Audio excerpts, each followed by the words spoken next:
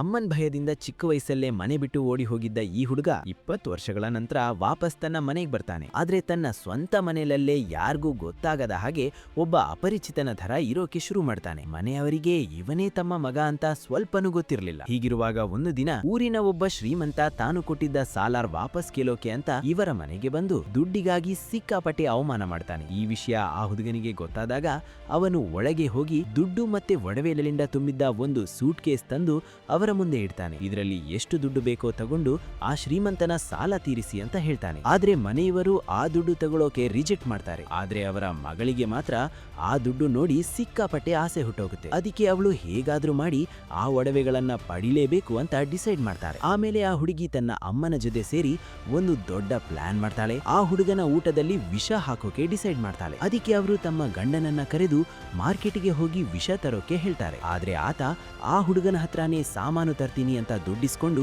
ಮಾರ್ಕೆಟ್ಗೆ ಹೋಗಿ ಪೂರ್ತಿ ಕುಡಿಯೋಕೆ ಶುರು ಮಾಡ್ತಾನೆ. ಇನ್ನೊಂದು ಕಡೆ ಮನೆಯಲ್ಲಿ ಊಟ ರೆಡಿ ಇತ್ತು. ಆದ್ರೆ ಆ ವಯಸ್ಸಾದ ವ್ಯಕ್ತಿ ಇನ್ನೂ ವಿಷ ತಗೊಂಡು ಮನೆಗೆ ಬಂದಿರಲಿಲ್ಲ. ಅದಕ್ಕೆ ಆ ಹುಡುಗಿ ರಾತ್ರಿ ಹೊತ್ತು ಕದ್ದು ಮುಚ್ಚಿ ವಿಷದ ಗಿಡ ತರೋಕೆ ಅಂತ ಹೊಲದ ಕಡೆ ಹೋಗ್ತಾಳೆ.